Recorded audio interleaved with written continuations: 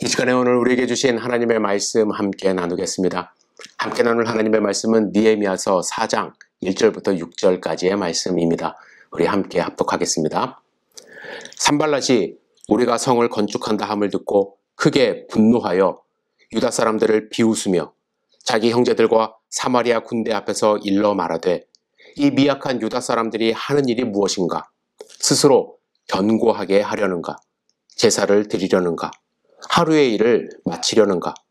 불탄 돌을 흙 무더기에서 다시 일으키려는가 하고 암몬 사람 도비아는 곁에 있다가 이르되 그들이 건축하는 돌 성벽은 여우가 올라가도 곧 무너지리라 하더라.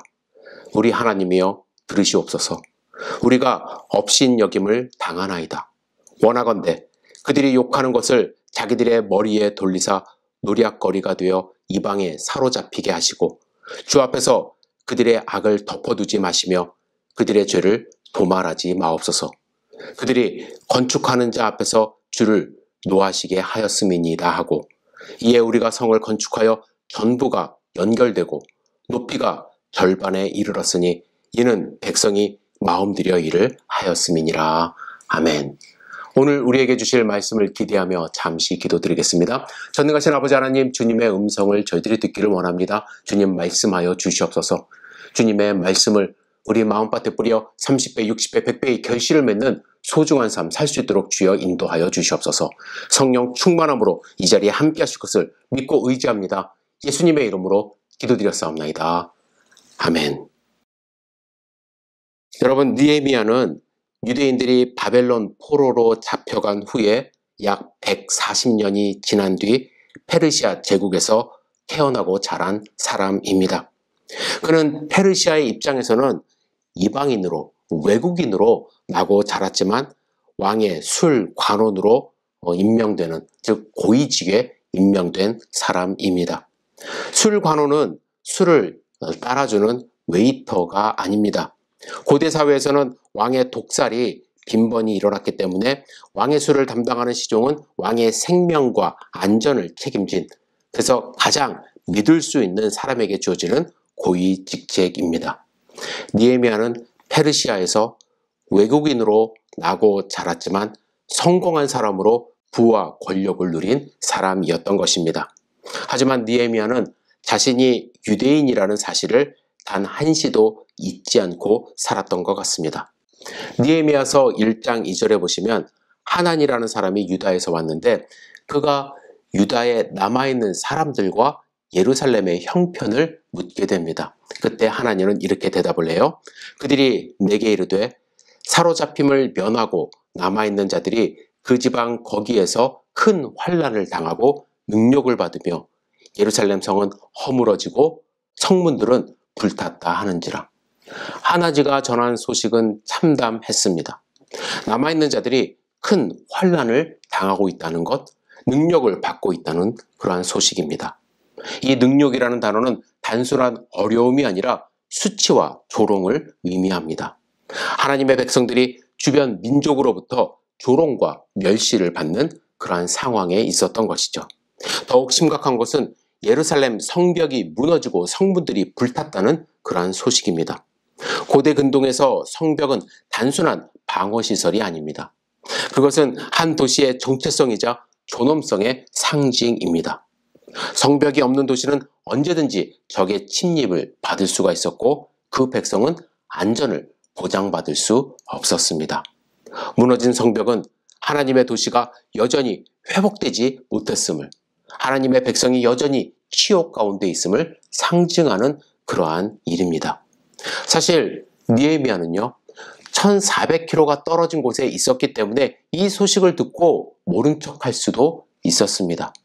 그는 페르시아에서 안정된 삶을 살고 있었고 예루살렘의 그 문제는 그에게 직접적인 영향을 미치지 않았기 때문이죠. 하지만 그는 외면하지 않았습니다. 그는 질문을 했고 소식을 들었고 현실을 직시했습니다. 느헤미야는 그 소식을 듣자 앉아서 울기 시작합니다. 이것은 단순히 순간적인 감정의 표출이 아니었습니다. 그는 수일 동안 슬퍼했습니다. 히브리어 원문에 보면 이 수일은 단순히 며칠이 아니라 상당한 기간을 의미하는 단어입니다. 느헤미야는 왜 이렇게 오래 울고 있었을까요? 그것은 그가 예루살렘에 처한 그 상황을 자신의 문제로 받아들였기 때문입니다. 그는 1400km 이상 떨어진 곳에 있었지만 그의 심장은 예루살렘과 함께 아파하고 있었기 때문이죠. 그것은 단순한 동정심이나 민족적 연대감이 아니었습니다. 금식하며 기도한다라는 표현은 느헤미야의 반응이 얼마나 진지했는지를 보여줍니다. 그는 편안한 궁전 생활을 멈추고 음식을 멀리하고 하나님 앞에 무릎을 꿇었습니다. 그의 기도는 형식적이거나 의례적인 것이 아니라 그 전 존재를 쏟아붓는 간절한 호소의 기도를 하나님께 드렸던 것입니다. 느헤미야는 자신의 생각이나 판단에 근거하여 단순하게 기도하지 않았습니다. 그는 하나님이 이미 약속하신 말씀에 근거하여 기도했습니다. 그는 하나님께 당신의 말씀을 기억하시고 당신의 약속을 이루어 달라고 간청합니다. 그리고 구체적인 응답을 구하는 기도를 1장 11절에 이렇게 합니다. 주의 종이 형통하여 이 사람 앞에서 은혜를 입게 하옵소서. 여기서 이 사람은 아닥사스다 왕을 가리킵니다. 느헤미야는 이미 계획을 세우고 있었습니다. 그는 왕에게 예루살렘에 가서 성벽을 재건하도록 할 수 있게 해달라고 요청할 것입니다. 하지만 이것은 매우 위험한 요청이죠. 당시 페르시아 제국에서의 한 지방의 성벽을 재건하는 것은 반역의 의도로 해석될 수 있었기 때문입니다. 느헤미야가 왕에게 이런 요청을 한다는 것은 자신의 지위와 생명까지도 위험에 빠뜨리는 일이 될 수 있었습니다. 그럼에도 불구하고 느헤미야는 이 길을 가기로 결심했습니다. 하지만 그는 자신의 능력과 지혜를 의지하지 않았어요. 그는 하나님께서 왕의 마음을 움직여 주시기를 간절히 기도한 것입니다. 이렇게 기도하며 하나님의 때를 기다리던 느헤미야에게 기회가 찾아옵니다. 2장 1절 읽겠습니다. 아닥사스당 왕 제12년 니산월에 왕 앞에 포도주가 있기로 내가 그 포도주를 왕에게 드렸는데 이전에는 내가 왕 앞에서 수심이 없었더니. 여기 본문에 보시면 흥미로운 시간 표현이 나옵니다. 1장에 보시면요. 1장의 사건은 기슬르월, 즉 11월부터 12월 그 사이였는데 2장은 니산월이라고 표현이 되어 있죠. 이것은 3, 4월경을 표현합니다. 즉 4개월 정도의 시간이 흐른 뒤에요. 여러분, 이 4개월 동안 느헤미야는 무엇을 했을까요? 4개월 동안 느헤미야는 왕의 술관원으로 충실히 일을 하고 있었습니다. 왕 앞에서는 수시머리인 얼굴을 보이지 않으려고 노력했습니다. 그러나 그는 조용히 기도하며 하나님의 때를 기다리고 있었던 것입니다. 여기서 우리는 중요한 진리를 발견해야 합니다. 진정한 기도는 조급함이 아니라 인내를 낳는다라는 거예요. 느헤미야는 예루살렘의 비참한 상황을 들었지만 무작정 왕에게 달려가지 않았습니다. 하지만 하나님의 때가 되자 왕이 먼저 느헤미야의 얼굴을 알아차립니다. 여러분, 기회는 사람이 만드는 것이 아니라 하나님이 문을 열어야 우리에게 옵니다. 왕은 느헤미야에게 내가 무엇을 원하느냐 물었고 느헤미야는 그때도 즉시 대답하지 않았습니다. 하늘의 하나님께 묵도하고 대답합니다. 하나님께 먼저 기도하고 대답을 해요. 그 짧은 순간에도 기도하며 하나님을 의지한 것입니다. 그리고 유다 땅으로 갈 수 있게 해달라고, 성을 건축하게 해달라고 정중하지만 구체적으로 부탁합니다. 그리고 2장 8절에 이렇게 고백합니다. 내 하나님의 선한 손이 나를 도우심으로 왕이 허락하고, 하나님의 선한 손이 그와 함께 했기에 그는 왕으로부터 허락을 받고 예루살렘에 도착을 합니다. 느헤미야가 예루살렘에 도착했을 때 그는 즉시 일을 시작하지 않았습니다. 2장 10절에 보시면 반대자들을 먼저 주목합니다. 그가 하려는 일이 쉽지 않음을 직감한 것이죠. 그래서 3일을 기다리며 밤에 비밀리에 시찰에 나갑니다. 이렇게 철저히 모든 준비를 끝낸 느헤미야는 백성들 앞에 섭니다. 그리고 이렇게 말을 해요. 2장 17절입니다. 후에 그들에게 이르기를 우리가 당한 곤경은 너희도 보고 있는 바라. 예루살렘이 황폐하고 성문이 불탔으니 자 예루살렘 성을 건축하여 다시 수치를 당하지 말자 하고, 그는 먼저 그들이 당한 곤경을 보았다고 말하며 공감대를 형성합니다. 그리고 예루살렘이 황폐하고 성문이 불탔다는 문제를 숨기지 않고 정직하게 직면하고 이야기를 합니다. 하지만 여기서 머물지 않고 예루살렘 성을 건축하자며 비전을 제시하는 리더의 모습을 보입니다. 느헤미야는 백성들의 마음을 얻었어요. 하지만 2장 19절에 보시면 심각한 반대에 직면합니다. 19절 같이 읽을게요. 호론 사람 산발락과 종이었던 암몬 사람 도비야와 아라비아 사람 게셈이 이 말을 듣고 우리를 업신여기고 우리를 비웃어 이르되 너희가 하는 일이 무엇이냐? 너희가 왕을 배반하고자 하느냐 하기로. 반대자들은 비웃습니다. 심리적으로 공격하는 거예요. 그리고 정치적으로 왕을 배반하느냐 하며 모함합니다. 그러나 이에 맞서 느헤미야는 명확하고 담대하게 선언합니다. 2장 20절을 읽을게요.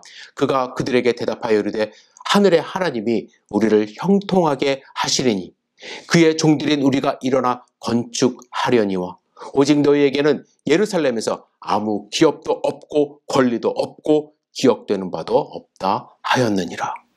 여러분, 하나님의 일을 할 때에 반대가 없으면, 대적하는 자들이 없으면 오히려 이상한 거예요.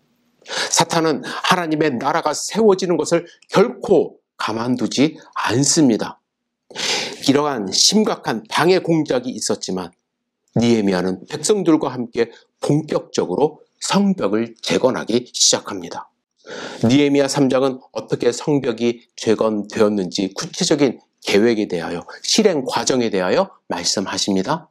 3장 1절에 보시면 대제사장 엘리야십이 그의 형제 제사장들과 함께 일어나 양문을 건축하여 성별하고 문짝을 달고 그 성벽을 건축하여 한메아 망대에서부터 하나니엘 망대까지 성별하였다 말씀합니다.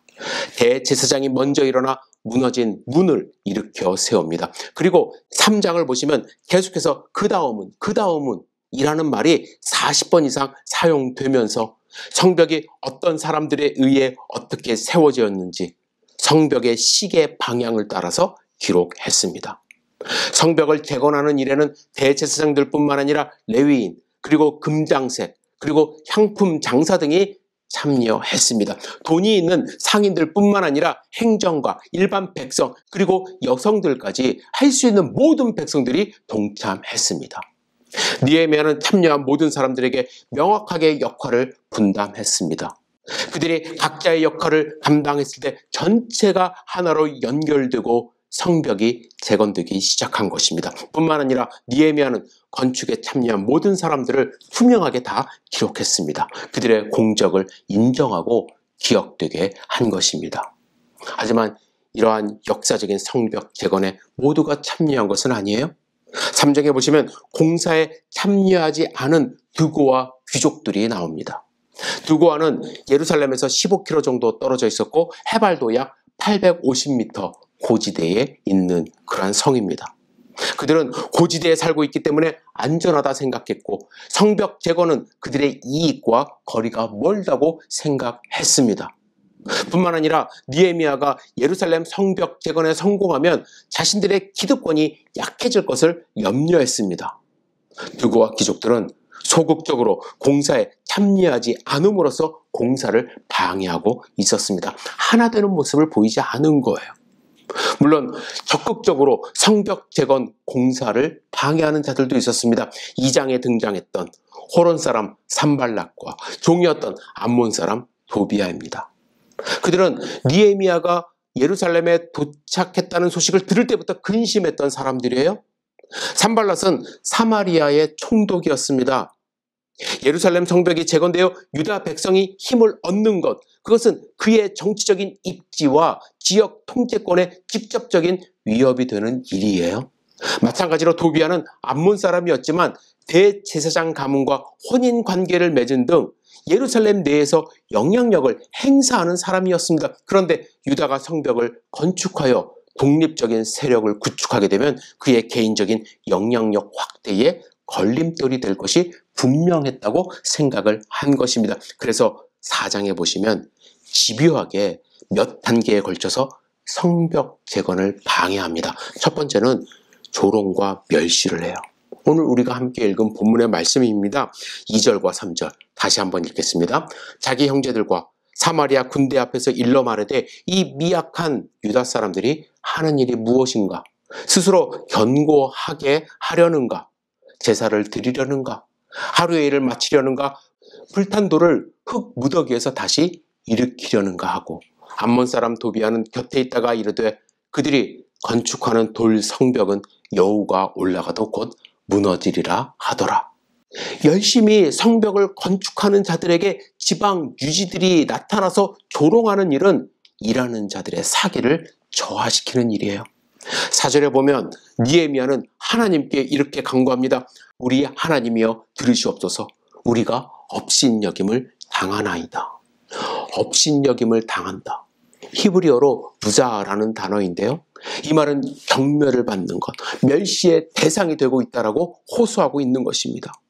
열심히 공사에 참여하는 자들의 사기가 떨어지고 있음을 지금 하나님께 고백하고 있는 거예요. 이에 느헤미야는 어떻게 했을까요? 보복하지는 않았어요. 기도로 반응을 했습니다. 그리고 모든 것을 하나님께 맡겼어요. 결국 함께 동참하는 모든 백성들이 마음을 모아서 성벽이 하나로 연결되었고 높이가 절반까지 이르게 됩니다. 이 과정을 지켜본 산발락과 도비아는 다급해졌습니다. 그래서 무력을 행사하기 시작합니다. 8절 읽겠습니다. 다 함께 꾀하기를 예루살렘으로 가서 치고 그곳을 요란하게 하자 하기로. 그들은 무력 행사를 함으로써 사람들을 지치게 만들었어요. 10절에 보시면 유다 백성들이 이렇게 하소연합니다. 일꾼들이 지쳐가고 있습니다. 온통 먼지와 흙더미뿐입니다. 우리는 이제 성벽 쌓는 일에 지쳤습니다. 이렇게 고백을 해요. 지쳐가는 그들을 보면서 방해하는 자들은 더 심하게 협박해요. 11절에 보시면 우리는 아무도 모르게 유다 사람들을 죽여버리고 그들이 하던 일을 그만두게 할 것이다. 이런 협박에 사람들은 두려워했습니다. 힘 있는 자, 군대를 동원할 수 있는 자의 협박은 효과가 있었던 것입니다. 그래서 느헤미야는 일어나 귀족들, 민장들, 그리고 백성들에게 이렇게 말합니다. 너희는 그들을 두려워하지 말고 지극히 크시고 두려우신 주를 기억하고 너희 형제와 자녀와 아내와 집을 위하여 싸우라 하였느니라. 그동안 그들은 기도하는 마음으로 성벽을 쌓았어요. 하지만 언제까지 기도만 할 수 있는 그런 것은 아니죠. 그들은 이제 한 손에 도구를, 한 손에는 무기를 들고 언제든지 싸울 수 있는 준비를 하며 성벽을 쌓았습니다. 4장 17절 읽을게요. 성을 건축하는 자와 짐을 나르는 자는 다 각각 한 손으로 일을 하며 한 손에는 병기를 잡았는데 말씀합니다. 그들은 병기와 도구를 잡고 마지막 힘을 모아서 성벽을 쌓았습니다. 21절에 보시면 해가 뜰 때부터 별이 보일 때까지 일을 했다고 합니다. 밤에는 파수하고 낮에는 일을 했습니다. 그들은 옷을 벗지도 않았고 물을 길러 갈 때도 각기 병기를 잡았다고 말씀합니다. 그러나 그들은 끝까지 싸우며 성벽을 건축함으로써 52일 만에 성벽 재건 공사는 완성되게 됩니다.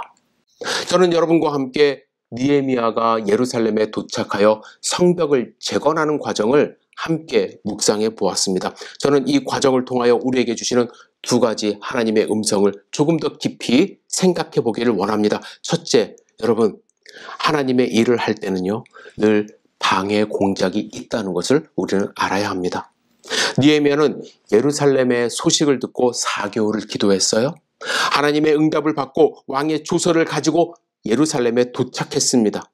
아마도 그의 마음 가운데는요, 일사천리로 모든 일을 단숨에 끝낼 수 있다고 생각했을 수도 있습니다. 하지만 그 앞에는 무엇이 있었나요? 집요한 방해 공작이 기다리고 있었습니다. 말로 협박하고 무력으로 위협했습니다. 6장에 보시면요, 느헤미야가 평지로 유인되어 살해될 그러한 위기도 경험하게 됩니다. 여러분, 그런데 생각해 보세요.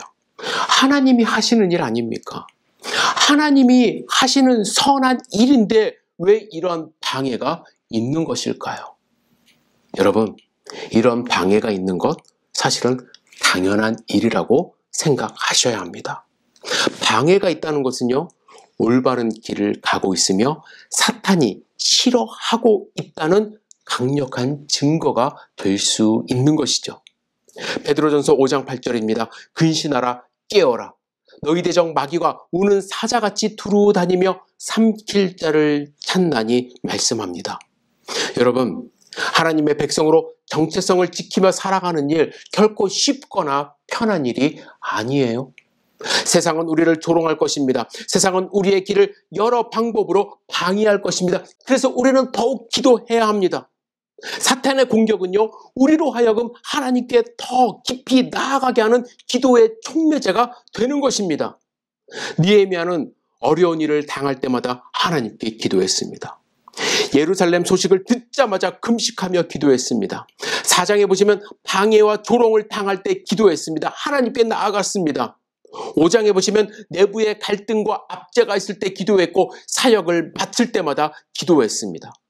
하나님은 사탄의 방해를 사전에 막아주시고 사탄의 공격을 없애주실 수도 있지만 하나님의 자녀들이 더욱더 하나님을 의지함으로 하나님의 일에 동참하기를 원하시기 때문에 이러한 방해도 허락하시는 것입니다. 신앙인으로 살아갈 때에 사탄의 공격을 경험하십니까?